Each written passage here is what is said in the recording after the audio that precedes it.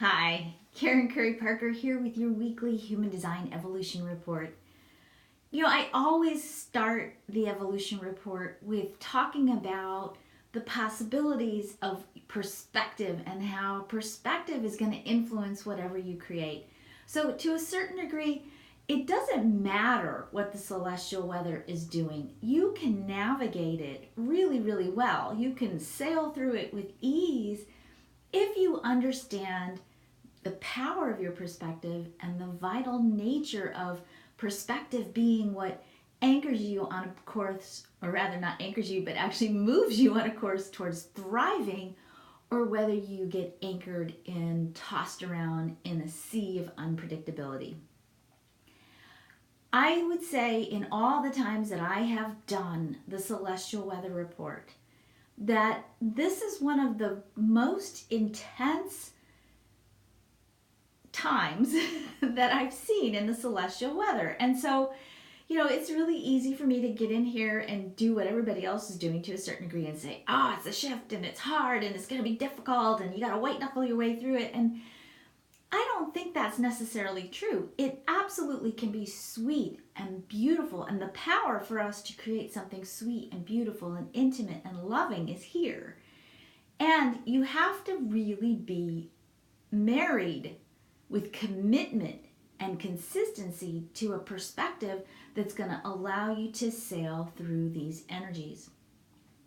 Let's talk first for just a second about the potential low expressions. Mostly not because I want to go all doom and gloom on you, but I really want you to see what might be up for us and to really be aware that when that energy starts to creep in, and it can do it quite insidiously, when you start to perhaps sense or feel these energies influencing you, I want you to be aware so that you can stop and really use these energies. When you feel these energies, use these as a pushing off point to maybe retreating if you need to, maybe going back to your meditation pillow if you need to, or your prayer or your journaling or whatever you need to do. Whatever you need to do to get yourself back into that place of centeredness and alignment so you can go back out and really make this a sweet time, a juicy time, a transformative time, a time where truth and alignment really are the resonant force in your reality and not disharmony and lack of alignment and reactivity. So we have the energy right now for a lot of ideas, and potentially with those ideas, a lot of possibility for going out and creating something new. But those ideas, that energy for ideas, can sometimes make us a little crazy because it's a lot of ideas. It's more ideas than you'll ever be made, that you can ever manifest in a lifetime. We have a whole week of ideas, right? But when you have these kinds of ideas, these ideas are strictly possibilities, and that's really crucial to remember because the energy of possibility cracks open our consciousness and gives us the power to really reframe or see things differently, or to stay open to the possibility of those inspirations, those possibilities being manifest or being made manifest in form in the world. When you get all these ideas, you are not designed to go jumping off and making them happen because you got an epiphany. You are designed to wait and to play with the idea and to envision the idea and to conceptualize the idea, or to fantasize even about the idea, and to hold the idea, be a steward for the idea, and wait and see how it unfolds. This is the place where, as humans, we get tripped up a lot. We think we have to figure it all out. We think, oh, I have an idea, now I need to go make it happen. The truth is, ideas crack us open to possibilities. We are here to wait and to see what unfolds in front of us. So if you feel like you've got a lot of pressure on you to make all these ideas happen and you feel so super inspired, that's awesome. Keep a notebook of all the ideas that you have and then wait and see what evolves in front of you. Don't drive yourself nuts trying to figure it out. Don't slip into that place of despair of, oh, I have all these ideas and it's never going to happen for me. Because the minute you do that, you're going to slide into the next energy that's coming in, which is self-recrimination, lack of self-love, self-flagellation, and the potential for you to really turn those ideas and perhaps the lack of manifestation of those ideas against yourself, which is not what you're supposed to be doing at all. This energy is about you staying in a place of self-love and self-empowerment and trusting that it's all unfolding the way it needs to. That's not easy, but you can do it. And here's why you need to do it. There's a lot of stuff at foot right now. We've got a tremendous amount of energy that is bringing truth to the surface. I've been talking about this for a couple of weeks. We are going to continue to see for at least the next 6 weeks deep, deep truths, deep, deep issues around integrity and even morality being revealed to us. And it has the potential to shock the socks off of us. There are some things rolling around on this planet that are going to be revealed to us in the next couple of weeks that are going to lift the veil off of our faces and really help us see and really help us ultimately align with truth. But anytime truth gets revealed, think about the emperor's new clothes, right? When the little boy is standing in the audience saying, "But mommy, he's naked," everybody's going, "Shh," right? We don't always want to deal with the truth, but we're going to have to. If we don't, and this isn't meant to sound like a dire warning, but I've peeked ahead at what's coming next year. And there's a lot of potential next year for us to be deluded, for us to be dancing around in an illusion, for us to have the wool pulled over our eyes, or for us to buy into ideas, conspiracy theories, you name it. We can be really confused next year if we're not aligned with our own inner sense of what's truth, our own intuition, our own alignment with who we are, our life purpose. If we're not in that place of going, okay, this is my center, this is who I am, this is my connection to source, this is my awareness of truth. If we're not standing in that place, it's going to be really easy for us to get deluded.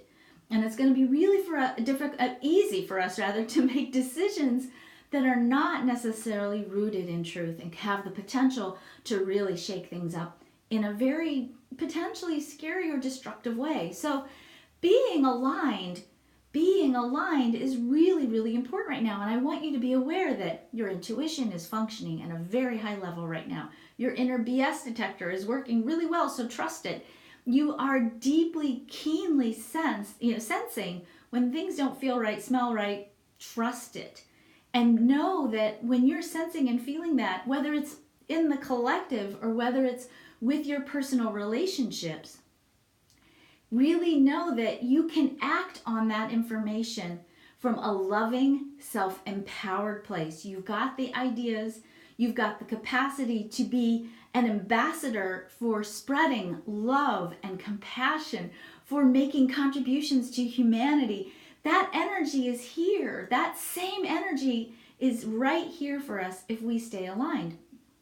But that same energy also has the potential for us to get into blaming, victim consciousness, disempowerment, being extreme in our response and our reactions. There's a lot of energy right now for us to have the potential to fight if we don't remember what's really worth fighting for. Or as one of my clients said the other day, what's really worth living for, emphasis on the live. If we get confused, the potential for big, messy, blaming, angry, fighting energy is here. For us to be clear, for us to be decisive, for us to be powerful, for us to stay rooted in love. I know I'm saying this over and over again, so I'm hoping you're getting my point. You've got to be clear about who you are. You've got to know what you're here to do, and you've got to know how to tap into that place of centered alignment each and every second of the day. If not, we're going to go from being deliberate to being reactive.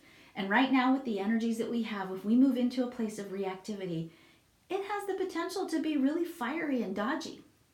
So stay focused on love. I have to add one last thing. We also have a lot of intensity going on right now. We've had it all year, and it's really kind of reached a climatic point. All of this energy of intensity is going to change and shift. Actually, on December 24th, you're going to see a little bit of easing. By February 21st, you're definitely going to see some easing up, and it's going to be a lot lighter, a lot less heavy. That energy for intensity has two purposes. Number one, it's actually teaching us to rest, restore, regenerate, and to pace yourselves. You've got a lot of energy for doing, but burnout is sort of a secondary theme for that intensity. So do make sure in the middle of all of this energy that you're not only staying centered, but you're also having fun, and you're taking care of yourself, and you're nurturing yourself, and you're getting enough sleep, and you're eating well. You've got to be sustaining yourself by pacing yourself. And don't fall into the trap of thinking, well, I can't take any time off because I can't make money. You are being fully supported. Trust that. That's part of what we're here to learn right now. The second thing that happens with this energy is it does oftentimes cause us to override the divine programming thinking, getting into a mindset where we say, don't worry, God, I got this, I can deal with this, and we don't allow ourselves to receive and to be supported, and we slip into ego rather than surrender. So that's a kind of a loosey-goosey kind of a theme, but again, something I might invite you to try to sort out for yourself while you sit on your meditation pillow every morning.